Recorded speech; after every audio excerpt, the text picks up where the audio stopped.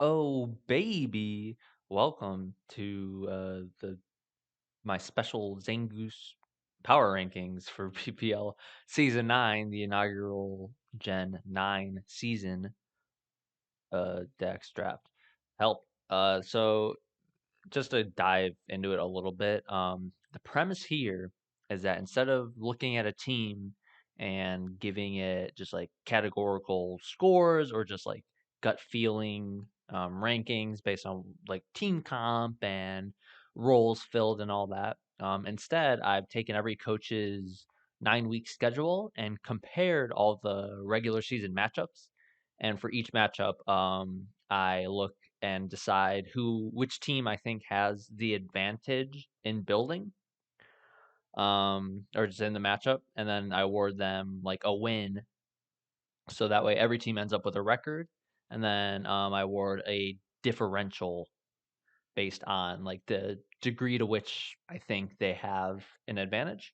So it's basically just like +1 if it's close, but there's a minor advantage in some way, or I really don't know who's gonna win.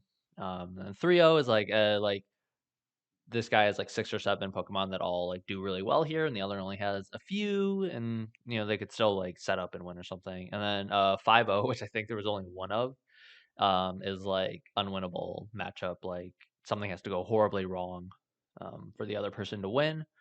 That being said, since everyone gets like a ranking or whatever, like a record and differential. That's not like me predicting per se, like how the record will go. Of course, it's not taking coach skill into consideration. It's D1. I'm assuming we're all baseline competent. I'm really just looking at like who's going to have an easier time building, and therefore if the team I've awarded like a loss to has to like build more creatively or play better or go a little bit more above and beyond to win the matchup. You know, and it also counts towards like the fact that I'm awarding a lot of 1-0s here because naturally it's a new gen. We did free draft with 16 coaches, so not everyone really has like a stout team. You may just have like a bunch of good mons that have no cohesion, and two teams could just be like running each other over, and I just look at it and go, I think this team doesn't require any setup to potentially just clean up and 2KO everything and sweep, and I think the other team has to spend turns getting the setup, which they could easily do. So like me awarding a 1-0 win, the result could easily be 5 or 6-0. If it's a sweep, it's just I predicted the wrong team to sweep, more or less. So I don't think I have like anything too specific else to say. I'll put like the standings table, which is that ends up being your PR ranking. There's only two ties in the standings. One tie, they played each other. So I awarded like the higher spot to the person who won that matchup that I had already determined, and then the other two didn't play, and I just looked at their matchup and I gave the higher spot to the one who I think would win that matchup.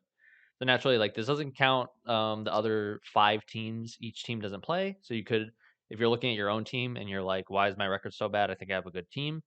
You maybe just got what I think is unlucky with your matchups, and stuff like that.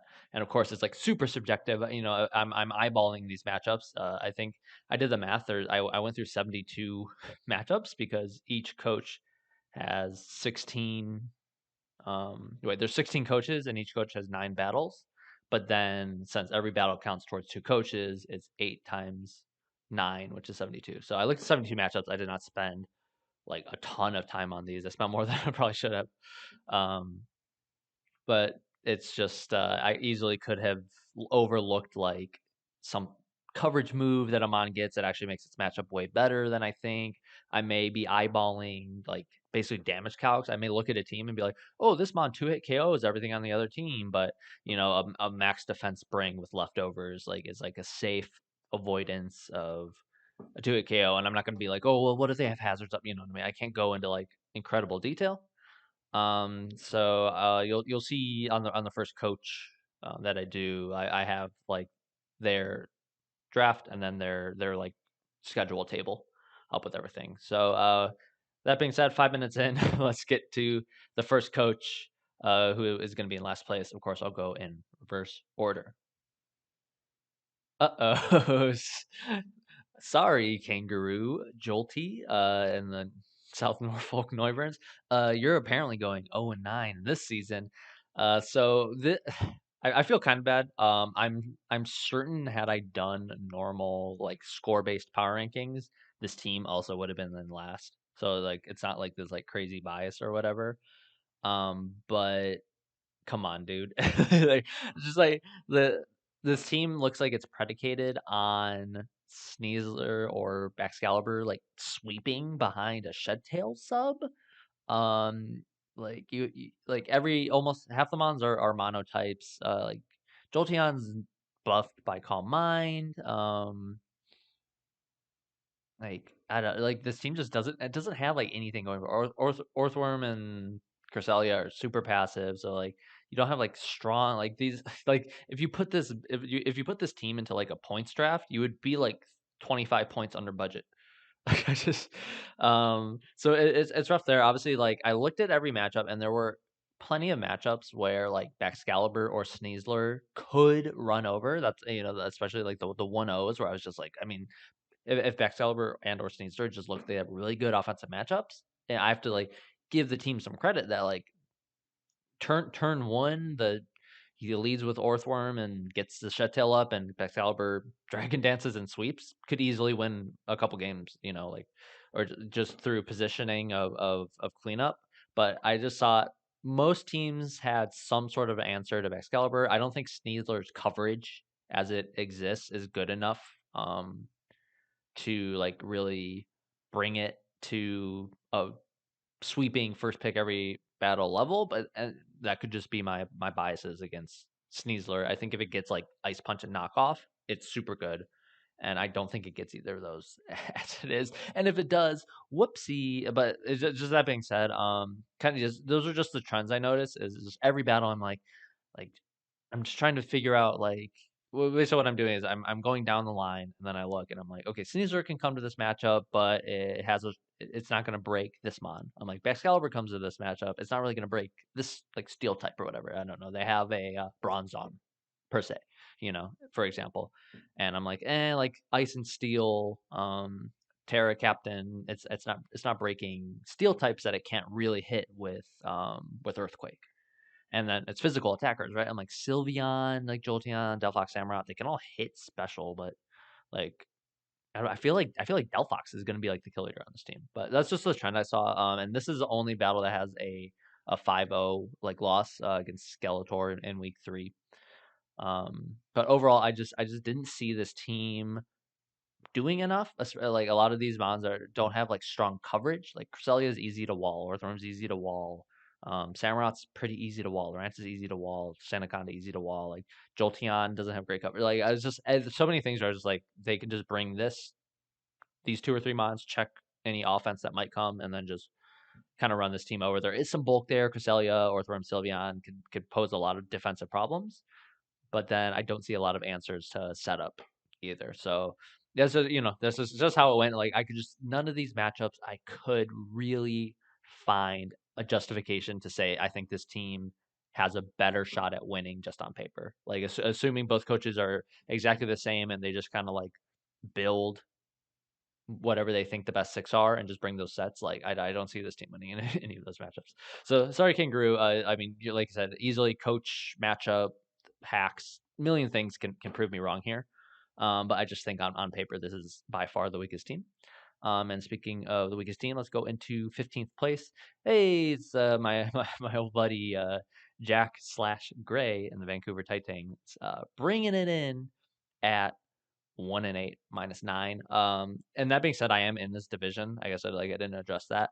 And I try not to be biased towards my own team. And I feel like in general, in my own experience of building, when I look at a matchup, I'm gonna be more pessimistic because every time there's like, this mon's frustrating to deal with for me. Like I feel like there was actually a little bit of a bias.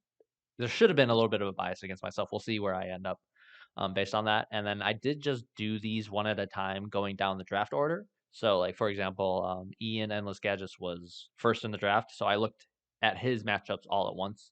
And then, of course, as I went along, more and more matchups had already been looked at. So by the time I got to like the 13th person, I only had to look at like two more matchups for them. So I don't know how like my inherent biases, like if I was harsher in the beginning to the team I was looking at, like I don't really know if there was like a trend there. It didn't seem like draft order had a huge like impact. It's not like all the middle teams are at the top and the wheels are both at the bottom or something. I don't know. But that being said, Jack knows his team is insane. He has a Titan without snow setup. He has Basket Legion without rain setup.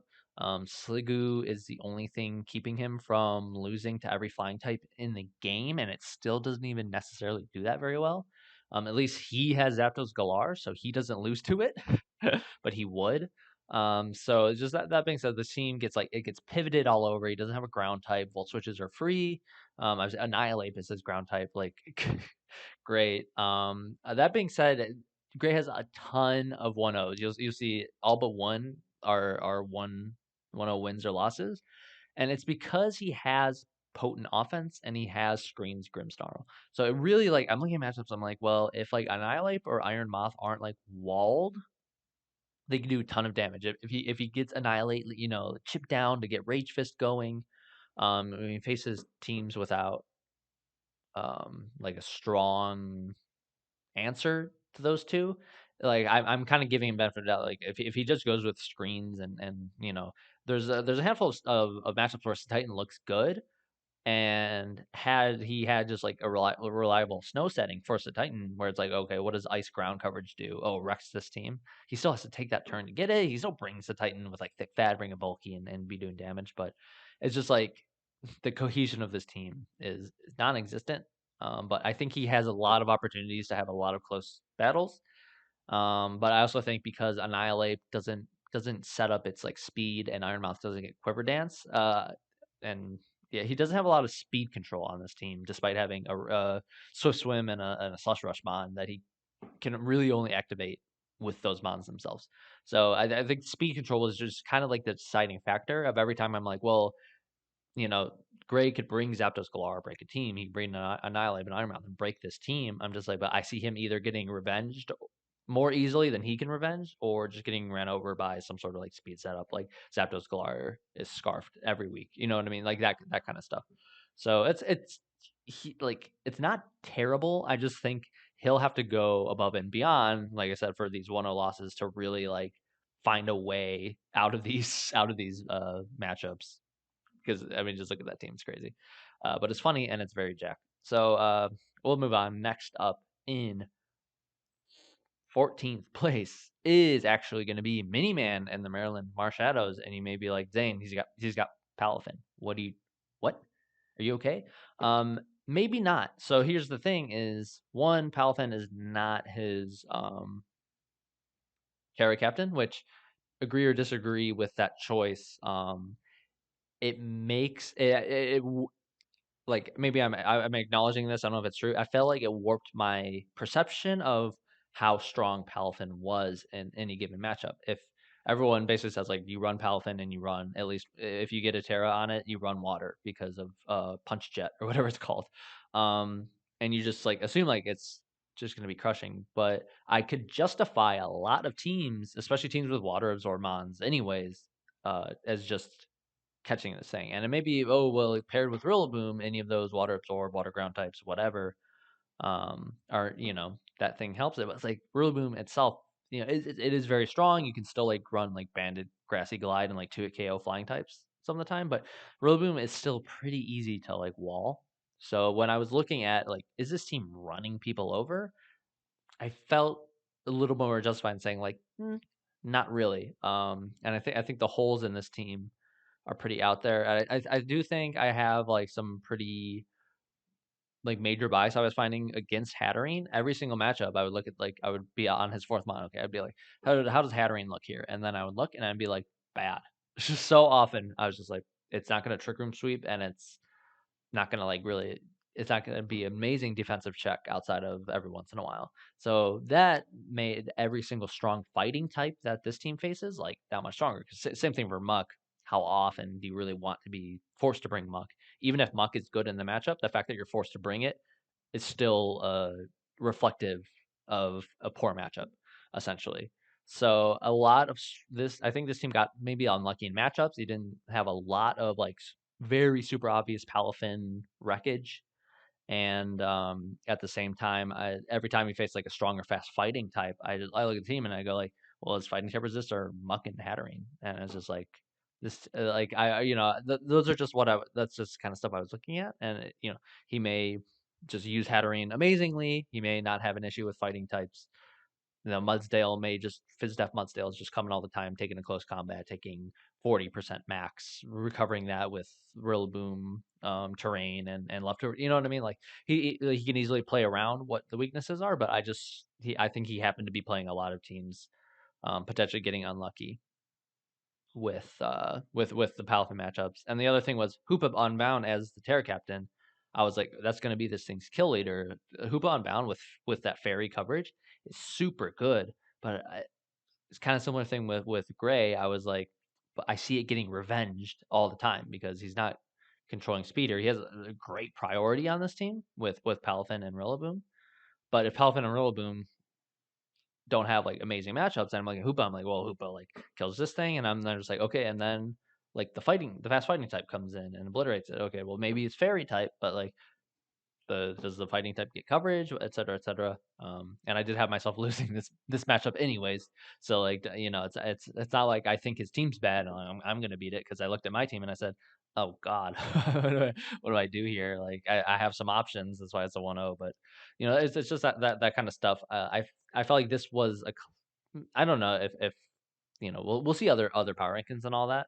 I don't know how high Miniman will get ranked, but it's just like the thing I'm trying to approach with this method is that you can look at a team and think it's awesome on paper. Maybe I've had this experience. I've drafted a team and been like, oh, I love my team, and I'm going to be high in the PRs. Maybe I am. I'm like top 6 in the PRs. I'm like, oh, top third, baby. And then I look at my week 1 matchup and I'm like, what the hell? I'm screwed. So I feel like that happens a lot where you can look at a team and be like, this team has threats, and like it's hard to conceptualize what stops a team, right? You're not going to do PRs and be like, oh, like Zapdos really messes this team up. Like that's not like a fair analysis to make. But then when the team plays Zapdos week 1, it's like, oh well, whoopsie, and then you realize, well, a Kilowatch was in this gen, and then it's like, well, there's Thunderous, and then and they play all 4 of those, and it's like you kind of see the actual weaknesses in a team because no team is going to be perfect. You can counter draft any team. It just depends on if you end up playing or not those mons that seem really really good against you. Hey, next up in 13th now is Endless Gadgets, aka Ian, coaching the New Jersey Devile Plumes. Good name. So this team, I think, had a similar concern. I felt like well, maybe not so much. I felt like in every matchup, I'm looking to see if Iron Valiant like sweeps just off the rip, and I felt like there were just enough matchups where like I didn't see Iron Valiant just like running train immediately, and I'm like, okay, well, can it clean up? And I was like, maybe, yeah. But then I'm just like Corviknight gets like this is like a team with a lot of good mods, but I didn't see a lot of the matchups. I saw so many matchups where I'm like, interruption. Sorry, I'm not gonna edit that out. Plenty of battles where I was like, ooh, like Magnezone, like having an electric type. I don't even know. Maybe not because he has a steel and electric type elsewhere on the team. But I didn't like his bottom picks. I didn't see them as super bringable in a lot of these matchups. And maybe like Samurott is a lot better than I'm getting it credit for. But I was just like slightly physically skewed water dark that isn't very fast. I just like after I got past Rotom Wash, I'm just like, Salazzle, you face a rock type and you're screwed. I feel like Salazzle, I'm trying to justify like as having offensive output, but like it really needs like that nasty plot. Like Miss Magius, same thing. They're decent. They have a little bit of coverage. I just didn't see him breaking a lot of teams, and maybe he'll play Lando, Corby, Gargon, Garganackle. How do you say this thing? I think like he can play those really well, and like that's probably like I don't maybe I can't like conceptualize how good those all work together. but I just saw a lot of the time like this team against like water types. I was just like, he's got Rotom. That's pretty much it, right? Like Magnezone. Like I said, I was trying to find good uses for it, and this could be just like the early bias. I did Ian first. I really don't know. It could just be bad matchups and unlucky. But like every time I was trying to be like what's an obvious bring on this team, and a lot of the times it was just kind of like the first three and Rotom were like, yeah, those will come pretty much every game. And then I was trying to justify bringing any of the rest, and I would just struggle to find like very obvious uses. Like, of course, they can come to a battle and they can contribute, but I wasn't seeing them be like, oh, like Mismagius, like is pivotal in this matchup. I just like that didn't happen very often. Or I was like, he needs Mismagius for this thing because it's his ghost type, and I'm like, and Mismagius doesn't touch the rest of the other team, but it like almost needs to come. So I was just considering those types of concerns and issues. I didn't find myself like wanting to pick this team to build with. And like I said, that's why like these ones come out like a lot more biased than a normal PR ranking where you're just kind of like, do they have like good hazard setters and a variety of hazards to bring? Okay, that's a better score. Do they have multiple like defoggers and a rapid spinner? Oh, okay, that's a good score. What I mean? You can kind of like agree at least baseline that team has decent removal or bad hazards or something. Here, I'm like, mm. I don't see Garganackle doing a ton to this team, but then I'm like, I don't know, it just like clicks Salt Cure anyways and just you know, goes ham and just like does it something like I could very easily be like underrating that mod, but I found a lot of matchups where I'm like, even bringing it seems like more of a liability than a benefit. But we'll see. Like I said, a handful of 3-0s on this team, so there's plenty of matchups. Like so many of these matchups, I'm just like, they seem pretty even. I didn't see the super clear like, okay, they don't even have like a single fairy resist. Iron Valiant's just gonna come in and KO the entire team turn one. You know what I mean?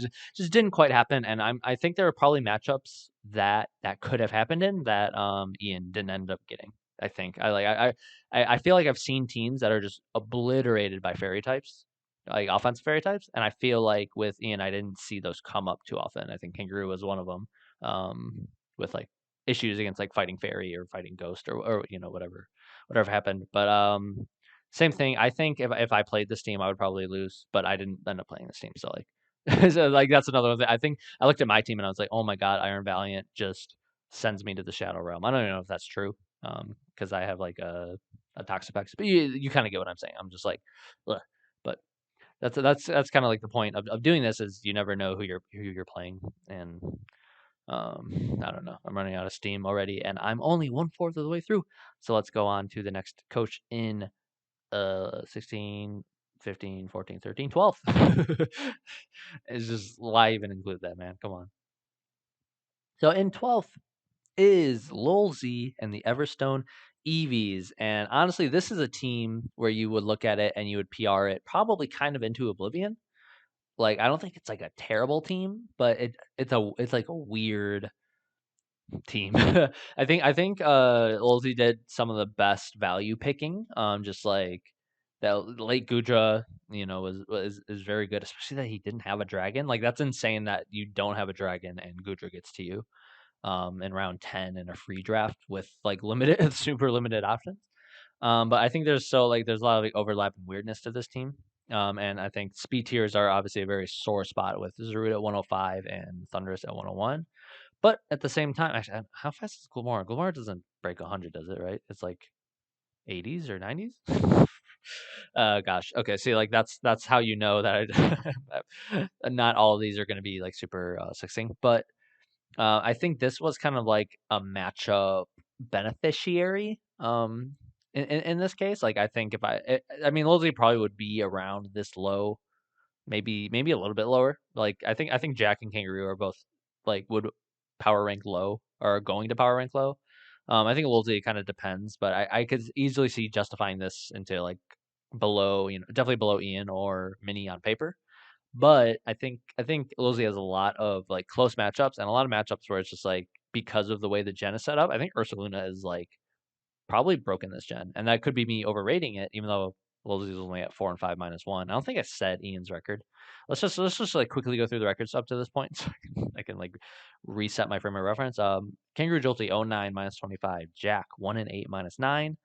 No 2-win teams. Miniman 3-6 -11, and then a lot of 4-5s and 5-4s coming up, but 4-5 -3 for Ian. So he had a couple of bad -3 matchups. Lolsey pops in at 4-5 -1.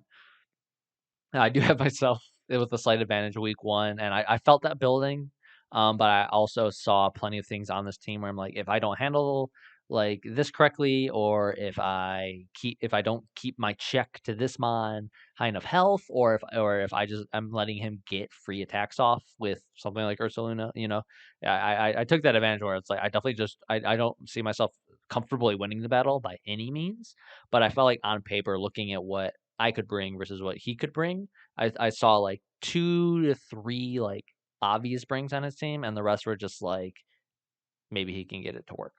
And I think that was just kind of enough where, but like that I had already built that. Don't like that. I'd already built for this specific matchup before this, so maybe if I had looked before I built, I might have been able to justify him beating me, but I had a game plan in mind. So like, definitely that's that one I'll admit like mega bias on. But I think overall, I think this team has some concerns, namely in like I think speed is a sore spot for this team. Gosh, I'm trying to remember now like just the general things I saw. I think there's a lot of mons that are like just running dual stab. Um, like Zarude, Volcanion, you get like a bulky water Volcanion's kind of screwed, stuff like that. And I think it's weirdly enough like as strong as every individual pick on this team is, like the average base stats on this team are probably really good. Um, I didn't see like roles being filled. I just kind of saw like, and can Zaru do something here? Yes, no, and hard to say. Like I felt like there's so many matchups where I'm like, every mon on this team could handle like 2 to 3 mons on the other team, and I'm just like, you can't bring 10 to every battle. So I think a lot of 1-0s here too, as well. And I think a lot of those losses were just like I couldn't I couldn't like eyeball a good approach to the battle. And like I said, that's it. That's the biases against the Mons, and just maybe me missing coverages, or thinking about how much damage does this thing, do to another Mon, and underestimating that. There's a lot there's a lot going on there. I just didn't see a lot of like strength here. Maybe I'm underrating like Lamora getting hazards up all the time could be amazing for this team, right? Maybe I'm underrating Glacier even as the Terra captain with like a trick room chili reception slow king strategy going on. I still just didn't see it like being the mega sweeper that this team needs. I don't even necessarily disagree with making it the Terra captain, but I think personally I probably would have picked Thunderous, done one flying, because it's your flying type and it doesn't actually have flying coverage, and flying coverage is really good this gen, in my opinion. And then who knows, maybe ground for electric types. You know what I mean? Like, I don't know. I think Lolzy could have a terrible season, could have a good season. I honestly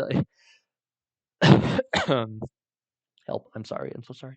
Um, I honestly think I wouldn't expect Lolzy to have a 4-5 record with this team. I think Lolzy's going to be crushing or getting crushed. But I guess if he crushes or gets crushed, like that could end up with a 4-5 -1 record if every win's a 6-0 and every loss is also like the 6-0 except for one. That's a 1-0. You know what I mean? I don't know. I think the team looks like fun to use, honestly. And I felt like every single matchup I was like very like I was like I kind of want to give him the win, but like at the same time I just felt like there was just one speed tier or cohesion or obvious bring like below what the other team was packing in these matchups. But hey, it's just a fun thing I'm doing. Hey, in 11th, next up is going to be, let me click on the thing. Sub Zero and Claude Sumption. What a logo! Whoa, Da Vinci, is that you? Um, the logo's funny, obviously. I'm just being a, a douchebag about it. This team is very interesting. He ends up at 4-5 +1, so like positive differential despite um having a losing record, and that's literally because I gave him a 3-0 win against Black for whatever reason.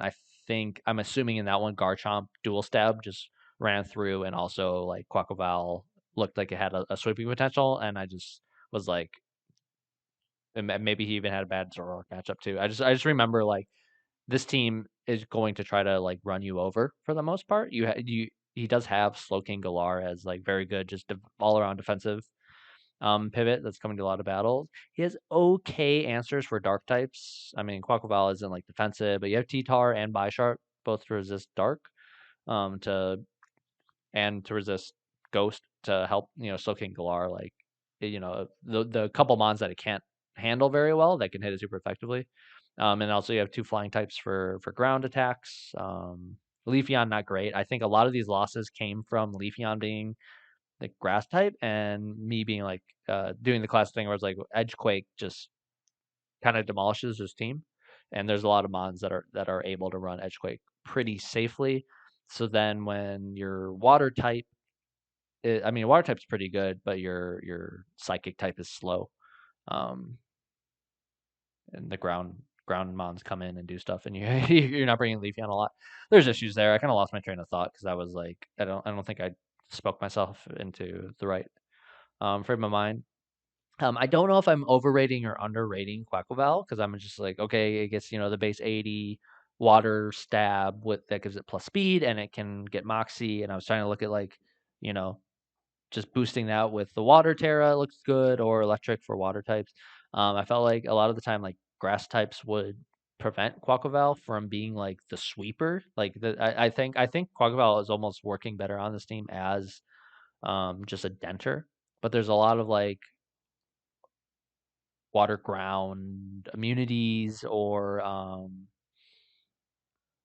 well, grass types that I think handle Quackleval like pretty well. And the grass types are honestly okay against this team. I mean, you do have Slowking, Galar, and Talonflame, but Talonflame is just like a pivoter. I mean, it's good and it's going to come a lot. And he picked it fifth, and I don't even disagree with that. But I just think this was another team where it looks decently put together. Honestly, like I think this is one of like the more like balanced teams. And maybe Leafeon isn't even really like somehow that bad this gen or something. But I feel like if you could have gotten maybe like just a slightly more value grass type or one that I personally like better, he probably could have grabbed like maybe one or two more wins. Like if I'm being honest. But like again, a lot of these are super close. It's kind of a cop out to award all these 1-0 wins and losses. But that's just like how I honestly felt. I think everyone besides Gray and Kang really like put together decent teams with what we had. And I think with the meta, just so many options are limited.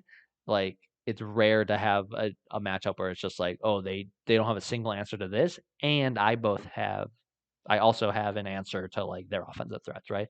It's either like we're both running each other over, or we're both checking each other and trying to find a way to break through at the same time, like pretty equally. It's just a little bit more rare to see like a no holds barred advantage. And that's why I wasn't able to bring myself to give more than one 5-0 out. But if you want to look at that 5-0 matchup and determine for yourself if that one I was justified on, it's something you can go ahead and do. But overall, I think this team is pretty well put together. It's probably just kind of another matchup and bias thing, keeping it just a little bit lower. So next up in I believe now 10th is going to be Kron and the Meat Town Mondays, baby. Garfield, the greatest logo you've never seen. So this one might also be kind of like wild that I have him coming in at 4-5 +3, and you see like Roaring Moon and Scissor there. I think my concerns that I ended up having with this team was how physical it was and how many good physical answers exist out there. Like imagine this team playing the team with Dondozo and being like, okay, you have like special torn, you have belly bolt, the most like wallable mon in existence, and like Breloom still physical to like handle that. Right. Maybe Gardevoir, like you just like you kind of see pretty quick how you can handle this team pretty well with bulky physical mons. And I'll even admit I never can perceive when it actually is worth bringing Blissey to a matchup because obviously it can wall like every special attacker, but it's also just like a huge liability if you're not able to keep it healthy to be able to pivot, or it just ends up being like accidental setup fodder for certain types of mons, or they people are running just like a rogue physical coverage. It doesn't wall like Thunderous because both Thundies have good enough physical attack and can run superpower to dent you. So then you have to kind of assume that you're going to click teleport. But then if you try to if you teleport after taking like 60% hit, then the next time you come back in, you know what I mean? It's just like one of those mons that I'm definitely personally biased against when looking at a matchup because I'm just like, oh, it makes all these mons worthless, but then makes all these mons that much better. So I think it was just another case of weird speed tiers. I think Roaring Moon and Tornadoes are the only fast mons. I don't see Tornadoes doing a ton. I may be like dumb. I felt like I was missing something with the Terra types.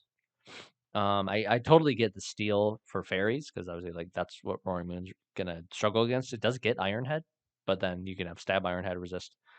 Um, that and then I get flying also for like strong fighting types, right? It makes sense.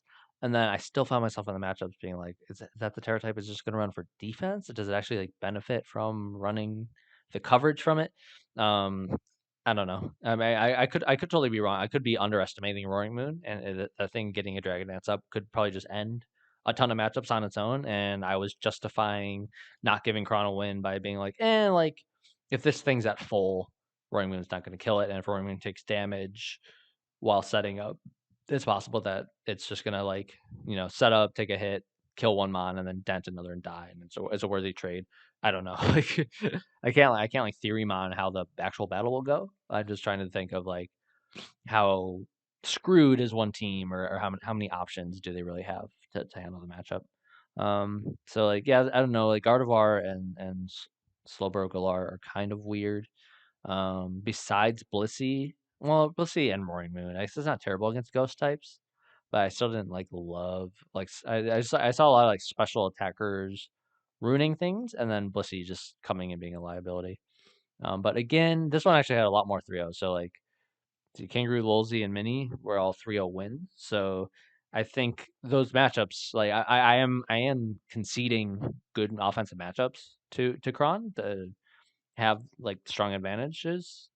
You've seen teams to this point with only one 3-0 result in either direction. So I definitely think this team is like strong. And it could I'm kind of using it as like an excuse for like if you disagree with where these ratings ended up, but it really just could be just the way the matchups are working. If people were drafting answers to Roaring Moon as best they could, and they were getting that matchup, that could be working in their favor. But again, I have myself losing to this team because I didn't see me being able to like stop the bleeding. So, it's to each their own. But I think this team is scary. I think you just it's a team you have to like make work. And I think it's heavily reliant on setup. I mean, Roaring Moon, you can run Banded, Scissor, you can run Banded, or Ledge. I'm sure you can also run Banded. Breloom, you can run Banded, right? I mean, but I just like I felt like you have a lot of mons that don't really want to lock into moves. Um, they want to set up and then just run a team over. And I felt like I was able to find a lot of ways that this team might not be able to pull that off. This is gonna be the longest video of all time. Jesus Christ. I'm probably gonna start speeding. Hey, next up in ninth is Nishoba and the Celestial Chandelure. This one a lot more 1-0s. He goes 5-4 +1, so they're worth diff. But hey, he gets more wins. So this team it's a pretty like fun team. Me personally glancing at it and seeing this team placed in the middle just by the record like strategy, I feel like I would also end up having this team somewhere in the middle, in a normal PR. But hey, it's like speed tiers are pretty good. Greninja and Wyvern next to each other doesn't really make sense. But then and then you have two base 100s. So speed tiers maybe not that great, but I think Azumarill is really good. I think Azumarill with Greninja totally works. As a pair, doubling up on water types early is a little spooky, but I think Crook that late is I think like crazy. But my first pick was like a ground dark, so I was never taking it. And I think this team is good and it has a lot of breaking, and I think it has decent bulk built into it. Goldango has I think some bulk. Azumarilla's very bulky. Vesper's probably the only mon that's like typically coming defensive, and he has dual intimidate. So I think a lot of his wins are just coming down to like getting ran over faster than he could run over. I think that this team definitely has concerns with especially with like special attackers, special attacking electric types that can hit Crook are I think really good against this team. And I probably was looking at Decidueye and being like, what the hell does this thing do? It's just like the worst grass fighting out of the options. But I think overall this team is okay, and it's gonna be very user dependent. And I also do think he did a pretty decent job as well of just picking 10 good Pokemon, just like individually. And I just think in the matchups, they probably didn't come together quite as well with the mons he ended up facing, or will end up facing, whatever. So this should be in eighth now. Is Burning with the New York Durants at 5-4 +1. So in the one, in the matchup, Burning and Nashoba had, despite having the exact same record and diff at the end, I gave Burning the win in that matchup. Who knows if it'll go that way? So that's why he gets the top spot in eighth. So obviously Chi Yu is like talked about Mon. Um, it can just like beat teams on its own, and there's a lot of teams it does beat on its own. But I think then I mean Joan here. I think Burning got a little bit unlucky in his Chiyu matchups because past Chiyu and Dragonite, obviously like both like amazing.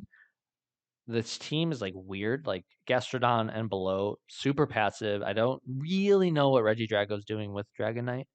Um, I mean, I guess with Gengar and Tinkaton, you expect to be like breaking fairies, and even like Chiyu can break fairies with the fire type moves.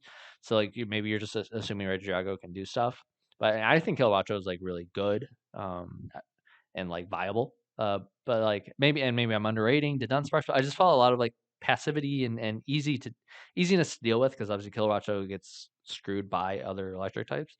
So I felt a lot of like passivity on this team, and I felt like Gastrodon was like the defensive backbone in a ton of matchups where it didn't even really want to be because like it was taking hits, but it wasn't doing anything back. I don't think it has toxic this gen. I've made a lot of my decisions assuming mons don't get toxic, which makes defensive mons actually like a lot better in some ways and a lot worse in other ways. Obviously, like they can't stall, but they can't be stalled themselves by getting toxic. So it's kind of weird meta right now, and I might not fully comprehend how it's going. But I felt like it was a lot easy. It was very easy in a lot of these matchups to justify Tinkaton getting walled because of its typing, even though it's very great, like bulky defensive typing, and it gets decent coverage. A lot of matchups where it's like Lilligant, Hisui like didn't look like it was really gonna sweep um, very easily, and I could very easily be underestimating like the normal E speed Dragonite, but I did try to look at that. I was like, do they have a normal resist? Okay, does their normal resist also like handle everything else Dragonite can do? And there were enough matchups, obviously only 4, where I thought that was actually true.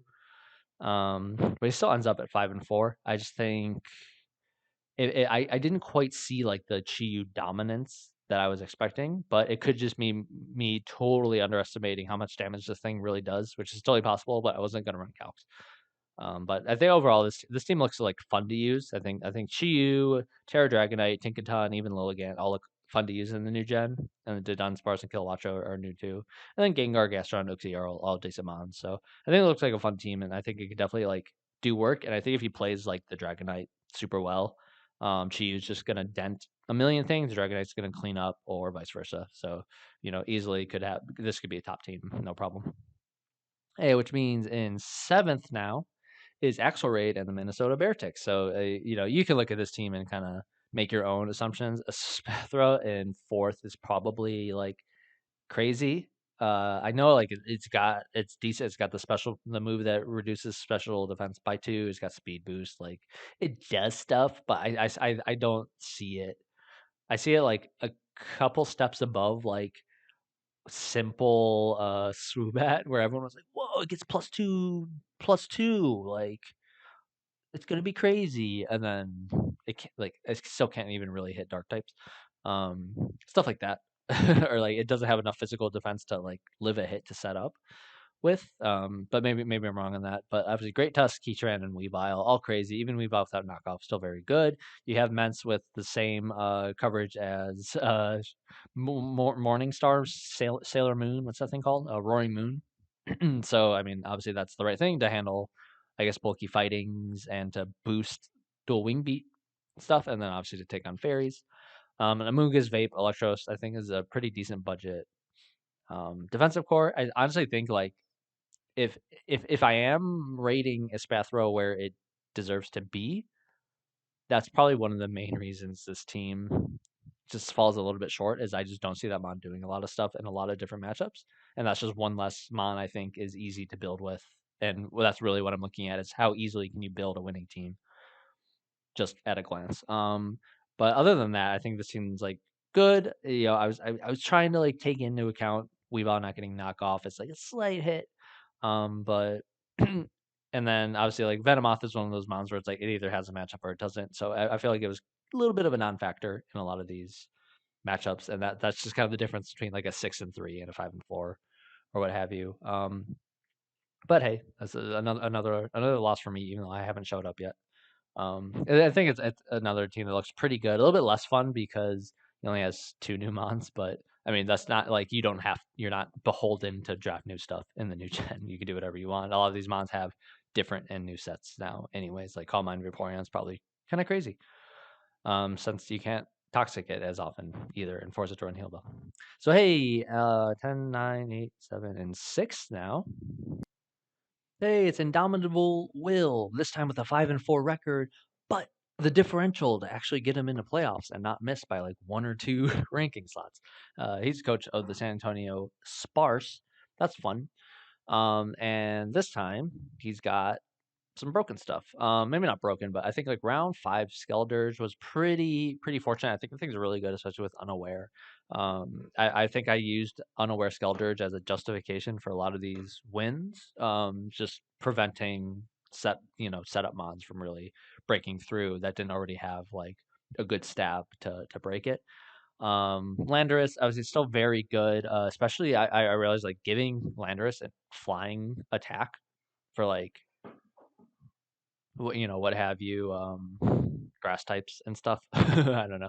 Uh, it was like very like good, obviously, and then electric for the extra help with either bulky waters or flying types, but just ground and rock coverage with sheer force. I know it can't rock polish anymore, but it does have plot. So if you try to switch out on it, or if you try to like check it with something, by taking like a 35% or 40% hit and then attacking and then on the next one recover and whatever. You can't like try to stall it out. You're mainly trying to revenge it or make the right prediction and switch into a mon that could take a hit that is like faster. Cyclozar is like good. I don't know about it. I know it gets like a lot of decent coverage. I've seen it do quite some stuff. I know it can run Shed Tail if it needs to. I don't see a lot of Shed Tail usage on this team. Literally pretty much just for Lando. Um, I didn't really look up like Iron Thorns. I don't know if it gets a lot of the same moves as T-Tar, which would include Dragon Dance, but I think Dragon Dance is an egg move, so I don't know if it gets it. So I wasn't seeing a ton of these. I mean, maybe Guts, Flame Orb, Heracross could be huge for that too. So I was really just looking at Esagazar as like a good quick pivoter dragon type that can also like do stuff. And I felt like Dragon Normal is actually really good coverage in these matchups too. I've a lot of matchups where I was like, wow, Sekazar looks really good here. Even if it's not going to be like super strong offensive breaking and running teams over, it still just like looked good. Of course, you have Slowbro, Klefki, really annoying to break. I think the bulk on this team is very good. And I think that's where a lot of the 3-0 wins came from. Was just like I'm like I don't see you breaking Slowbro, Klefki, Wochien, and then you're like Landorus, and it's only a matter of time for like Landorus and something else come in. I think the weaknesses is this team is still it's still a little bit passive. And maybe that's crazy to say. I mean, I know like Skeldurge and Slowbro still hit hard, but they're running defensive sets. I still don't know what Iron Thorn does. I've probably underrated it a bit. But you're really looking at Landorus and Heracross as your like they just come in and claim a life type mods, and Heracross is a little bit easier to wall. But it doesn't get the best coverage of all time. It gets enough, but um, I'll spoil. I still haven't come up yet, which is like probably like silly and biased, but I have Slitherwing, so it's bug fighting type. I found a very similar thing where I was like, wow, this thing has a lot of matchups where I like want something else instead. Just like realizing like how good like ghost types are against fighting bug and like flying types. It's very even with like rock coverage or whatever, it's a little bit easier to check and wall. And most of Scalar is very good around 10 pick. And then I mean Quillfish adds toxic spikes and a poison type, so it helps with fairies a little bit. But the team isn't too worried about fairies with Klefki and Skelders.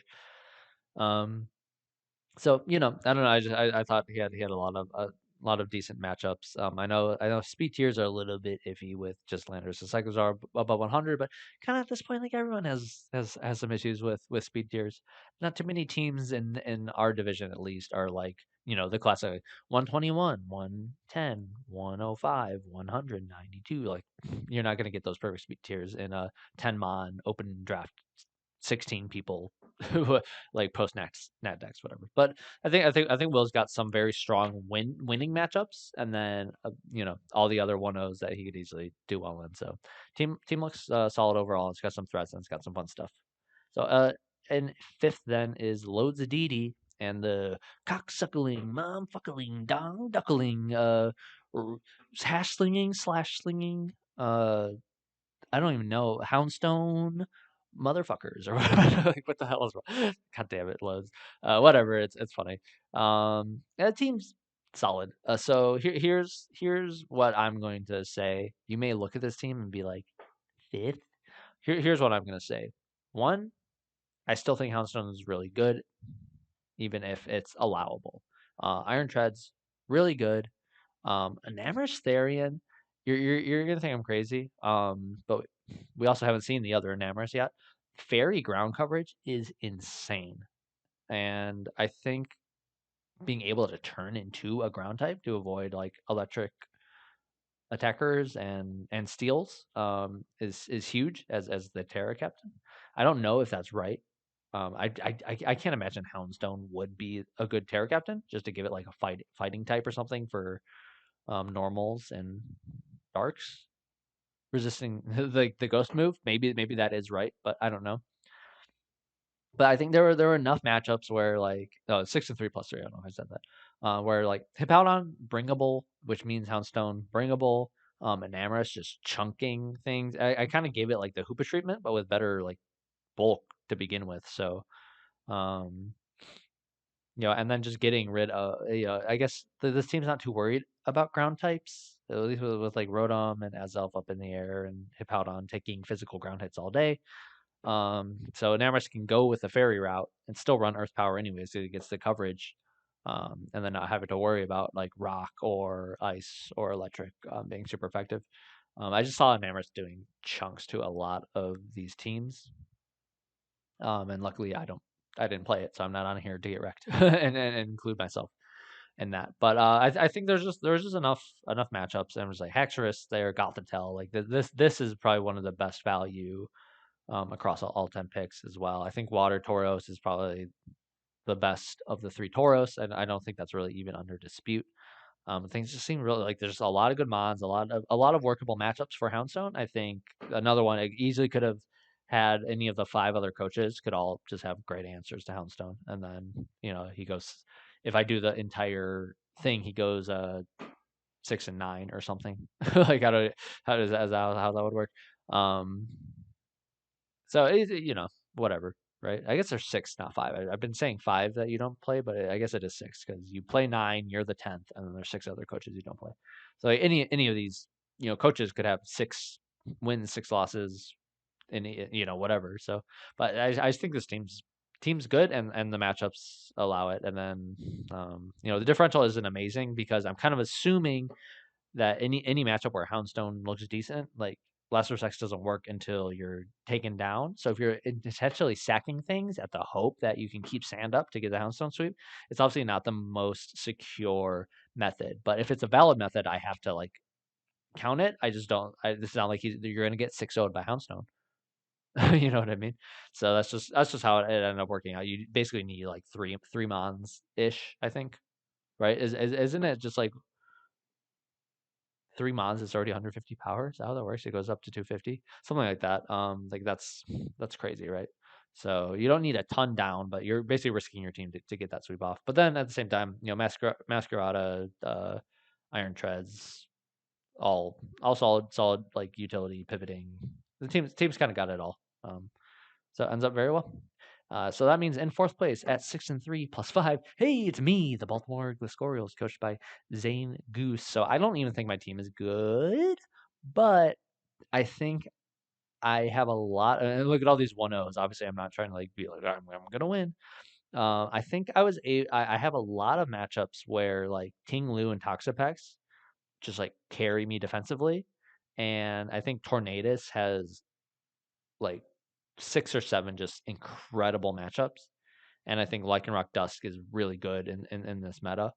Um, so basically, off the rip, every battle, I was like, basically those four are kind of coming, and then it's just like, and does like their how's their electric and like handling? Okay, Electrode actually looks pretty good here. Like Caparajah looks great here as a defensive check that can still do a ton of damage. So how's their fire resist? Oh, not very good. I think Gray was one of the ones where I'm like, dude has half a fire resist. Like he's screwed if I get this thing in for free. And I don't have the best pivoting, but I do have Torn and Slitherwing and Electrode to pivot with to get something on Armor Erosion. So I think overall, like I had enough matchups where I felt like I can check their offense and my offense covers enough to break like just between basically my first like my first five slash my first four. Because I'll admit there's a lot of matchups where Slithering just like didn't look as good as I would like it, but it's still just a strong physical attacker with U-turn.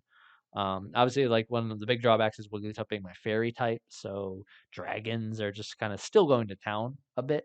I'm relying a lot on like Caparajah taking a dragon hit or outspeeding and revenging, with like Lycanroc and Tornadus. But I like I really am typically pessimistic about my own matchups, and I'll be like, oh, fucking Copper is not doing anything to Rotom. But then it's like it gets a rock move, it gets Stone Edge, Rock Slide.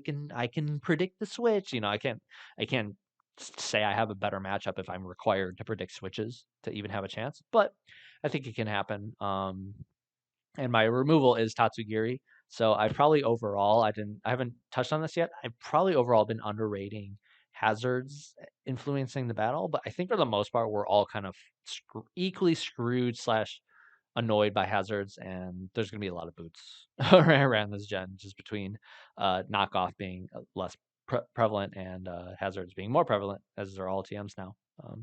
So that's the thing. I just think I have a lot of just very slight advantages where I'm like I can justify me not getting ran over, and I can slightly justify me running over my opponent just a little bit more. But a lot of my matchups I think will come down to like one bad lead, one bad double switch, one crit or prediction, and someone's going getting bodied. So, I could easily go 6-3, minus like 10, and we can come back to this and check later. So, hey, in third place is Black 117 and the LA Nido Kings. This is probably like my gonna end up being my most controversial. Me and him are actually tied at 6-3 +5, and I looked at my matchup here and I was like, don't love it. Not a big fan. Iron Hands. Just real quick, look at Iron Hands against my team. Look at just fighting electric, electric, electric, electric, electric, fighting.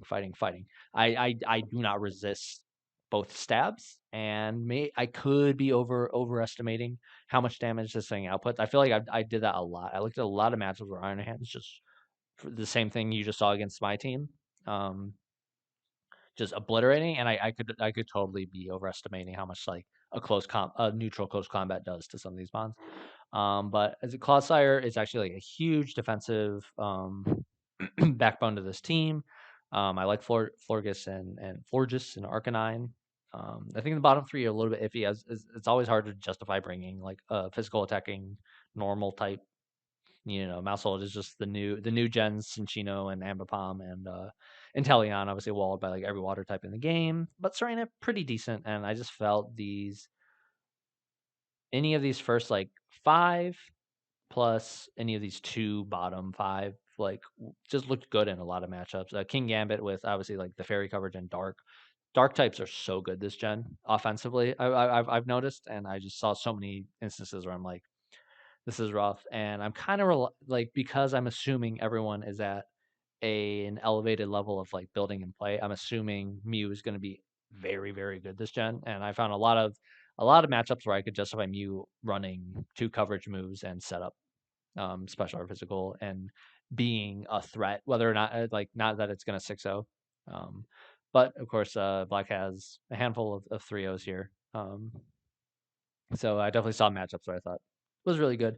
And this is a team where I think the matchups are lucky. You might look at this team and be like, oh my god, like Qian Pao and Weavile, like Arcanine's the closest thing to a switch you have for those. Like, maybe for just for Weavile, but like Chien-Pao, like Ice Dark with the minus defense like thing, and it gets like Sacred Sword for King Gambit, and team doesn't play Chien-Pao, so it's just like it's just you can do it both ways. You can pick a bunch of mons and types that a team could be weak against, and they don't play them, or they play that team and that's the only mon on that team that really does anything, and the other nine I'm just like, they're not amazing. You can still get a 1-0 win in that matchup.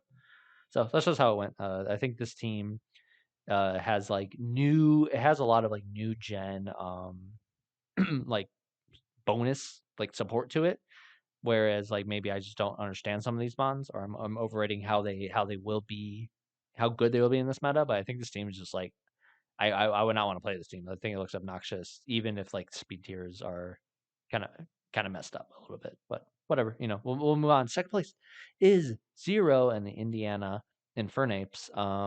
So Enamorous, honestly, I don't. It barely even. I know Enamorous Therian team had it as the Terra captain. Obviously, Regieleki here is going to be the captain. Enamorous just again with fairy ground coverage, obliterating teams. Regieleki obviously with electric and usually ice, but sometimes grass, obliterating teams. Dondozo with unaware, just walling all physical setup. I know this team is a little bit specially weak. I think Makalola is carrying the team's special defenses, but you still do have like Moltres for ground types and Decidueye for ground types, and um, two more things off the ground. So I just think it's one of those things where I don't think the Nidos aren't in this gen, right? A Nido team against a Nido against this team, you're like, it literally runs like ground, fire, ice, and you're obliterated.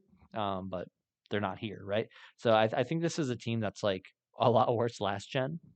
Um, and I think it works out really well this gen. And obviously, I've only awarded him 2 losses. You can, if a team only has like one win or a couple losses, like maybe you want to go on your own time and compare the matchups just to see if you agree with that. Or obviously you can look at your own and be like, oh, I'm not going to lose to this team. Oh well, that's how it goes.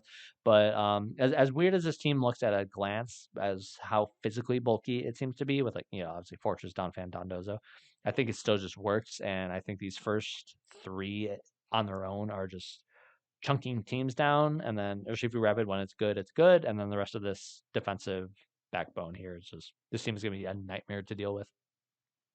I think it's gonna do really well. Obviously, it depends on the coach and what actually ends up happening. But hey, that means in first place is going to be Gay Skeletor and the Swifton motherfuckers with the drip.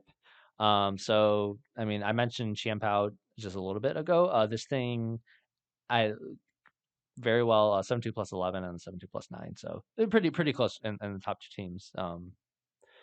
But Chiampao just seems outrageous in this gen, and maybe it's exaggerated by good matchups, in Skeletor's favor.